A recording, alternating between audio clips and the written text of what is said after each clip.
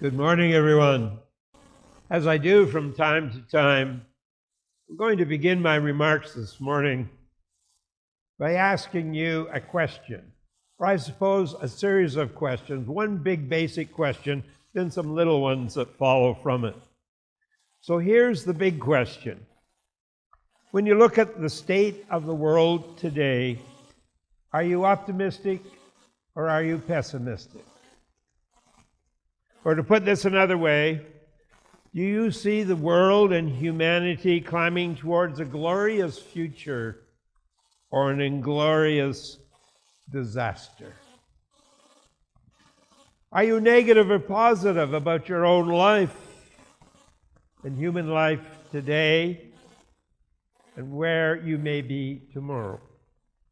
Or again, are you confident about the future, or does the direction that humanity and the world is now heading in, do they give you the jitters? To summarize, does the state of the world and the state of humanity make you feel hopeful or hopeless? Of course, only you and you alone can answer those questions. I cannot answer them for you. But what I can do this morning is explain how the Jewish people felt about and how they answered those same questions during the time of Jesus' public ministry and a bit later when Mark wrote his gospel. Back then, most Jews felt pessimistic and hopeless. For them, the world and their lives were running down, and they had been for centuries. As they saw it, more accurately, I suppose, as they felt it, ever since the glorious kingdoms of David and Solomon that had existed some 1,000 years earlier, the decline of their life and their culture had been a steep one. The Israelite nation had slipped from its original power and glory.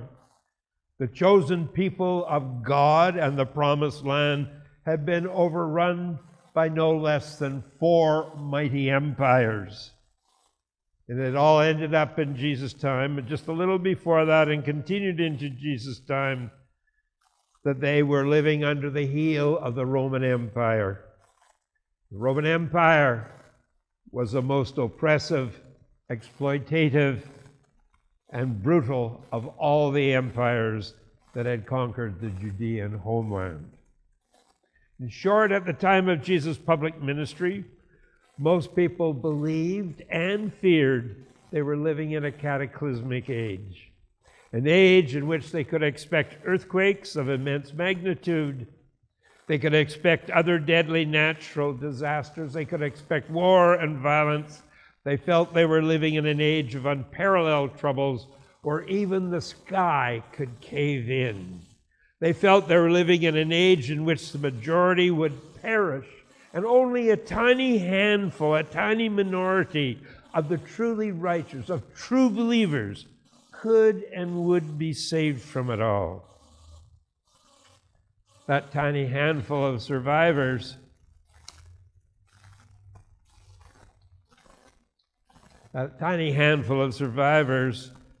would survive this disastrous historical time period and would then inherit the new age. They would inherit the kingdom of God, and they would live in the God's kingdom forever and ever.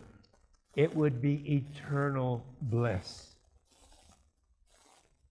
When the death-dealing forces of foreign empires seem to have had the upper hand, some Jewish writers envisioned and told unique and imaginative stories.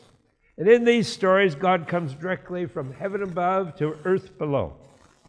And when God arrives on the earth in vivid and spectacular fashion, God rights the wrongs, He routs the evildoers, He rescues those living through this terrible age, and He inaugurates a new system of righteousness and justice and compassion on the earth.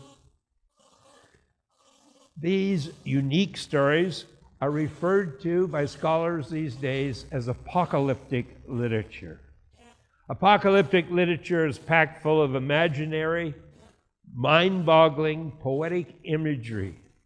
It includes things like ominous signs in the heavens, falling stars, natural disasters, dreadful human anguish and pain and suffering, and all that, according to the writers of apocalyptic literature,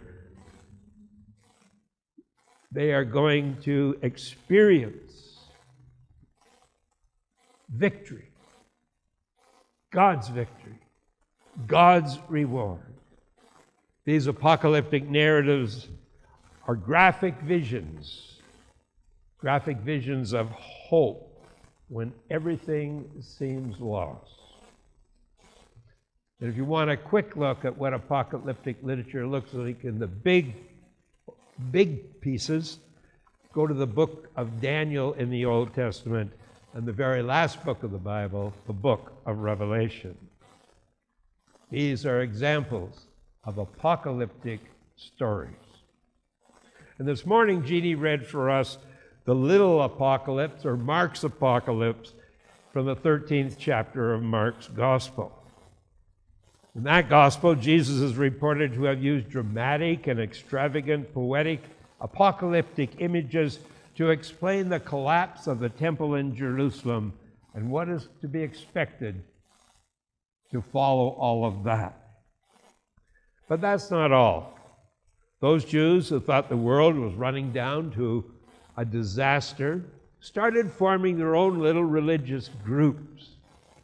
They believed that the age in which they were living was an age that was coming to an end, and their members, only their members, were going to be saved. Only God would save them and their members in the new age. Only they would inherit from God the new kingdom of God. And as I said before, what they would inherit would be an eternal, forever kingdom. One such group, as we can read about, and we have read about, was the Pharisees. They meticulously kept the law of Moses. Another was the Qumran community. This is a group, as you probably know, was responsible for the Dead Sea Scrolls. They lived in the desert near the Dead Sea, and they thought that they, after the apocalypse came, the end came, they would be the righteous minority who would escape doomsday and inherit the new age. And there are other groups, Jewish groups too, and we'll read about one of those quite soon during Advent. Another group like that, to some considerable extent, was the John the Baptist movement in the wilderness. All that's taking place. And then along came Jesus. Along came Jesus. Jesus was a Jew. He arrived among the Jewish people of Galilee and Judea. Jesus came with a deeper optimism and a greater hope. And that optimism and hope included people who others saw as sinful and not being righteous. These were people like the ritually impure and the sinful. For example, Jesus made it clear to his listeners that from God's sight, it would be the meek, meaning the patient and the humble and the gentle, not the meticulously righteous, who would inherit the earth. Jesus emphasized it would not be the exclusive religious minority, but the desperately poor majority who would inherit the kingdom of God. Jesus went on to emphasize that compassionate and merciful people would be the ones who possess the new age, the ones who possess the future. And it's little wonder, when he kept saying this over and over again, he got under the skin of those who put so much time and energy and discipline into making sure they were going to be the select ones, that they were the ones who would survive the disastrous end of the present age, and with God's blessing, inherit the future. Now, don't get me wrong. Jesus was a Jew. He definitely was a man of his own age. To some considerable extent, he would have shared the widespread view that upheaval and suffering would certainly be part of the future. And in many ways, he may have been quite intellectually confined to the widespread first century belief that at some time there would be a cataclysmic end to the present age. But in this morning's reading from Mark 13, verses 1 to 8, known as the Little Apocalypse or Mark's Apocalypse, Jesus balanced this out.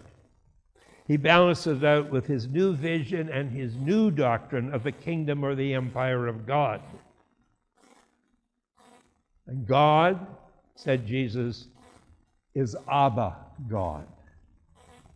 This is a God who loved ordinary common people, especially the sinner, especially the impure, especially the poorest of the poor, the oppressed, and the marginalized. Jesus' God was a God who even numbered the hairs on your head. So in this morning's gospel reading, Jesus is not, let me repeat, is not some fortune teller making dire predictions about the future. Instead, he's telling his disciples not to despair even in the bleakest times. Not to despair even in the bleakest of times. Not to despair even when wars break out, even when the whole wide world seems to be falling apart, even when the heavens fall in. Jesus is telling his disciples and followers in the little apocalypse that such crises will not end God's loving them, will not end God's compassion for them. God still loves humanity, Jesus is saying, and God still loves creation. And if we pay close attention to the details in what Jeannie read this morning from the Gospel of Mark, we'll soon discover that Jesus is also telling his disciples and friends that his God, his Abba God, can be trusted. And we, he is saying, are to trust God and under no circumstances give in to fear and dread. Or to come at this from a slightly different angle, this morning's New Testament reading, in fact, the entire Gospel of Mark, is about hope. Hope that in spite of everything we're now enduring, thanks be to God, good times will come. Well, so for us gathered here this morning, what's our takeaway from Mark's little apocalypse? It seems to me there are three lessons that we can learn in the 21st century. The first one is avoid idolatrous religion. Avoid idolatrous religion. Don't be taken in by fear and dread religions that predict as part of what they are, or maybe all of what they are, that the world is soon coming into an end. And if you want to be numbered among the righteous few, if you want to be saved, you got to join up with them. And people, for the love of God, don't get taken in by religious sects and cults. Stay away from those so-called individuals and so-called Christian individuals and groups and churches who claim they love you, and yet they go on to tell you that in God's eyes, you're nothing but a sinner and a lowly, dirty worm, that you're already condemned by God and you must have some sort of emotional born-again experience if you want to avoid God's punishment and wrath. Avoid those religions. Say they love you and you must believe all the same things they believe, because only that way can you escape God's wrath in this life and the next. People, that's not religion. That's extortion. Second, this morning's reading from Mark 13 gives some very basic advice, and it's both practical and spiritual. To put it bluntly, the words of Jesus in this gospel text tell us, use your heads. Use your heads.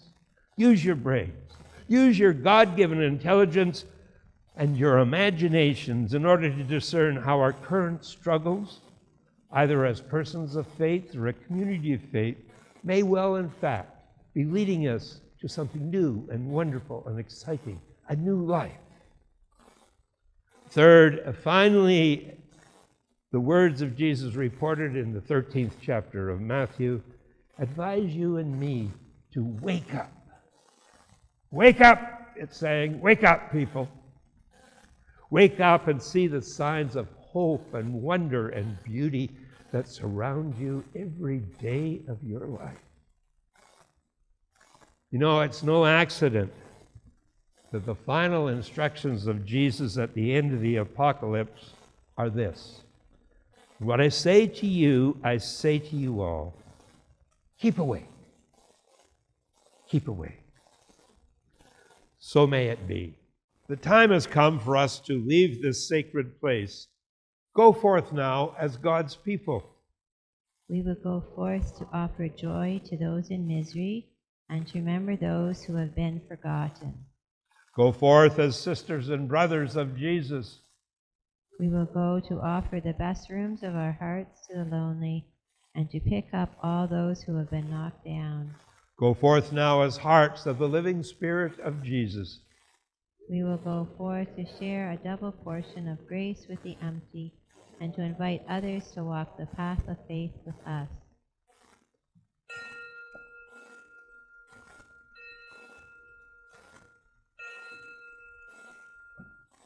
May the love of God embrace you, the way of Jesus challenge you, and the wisdom of the Spirit renew you.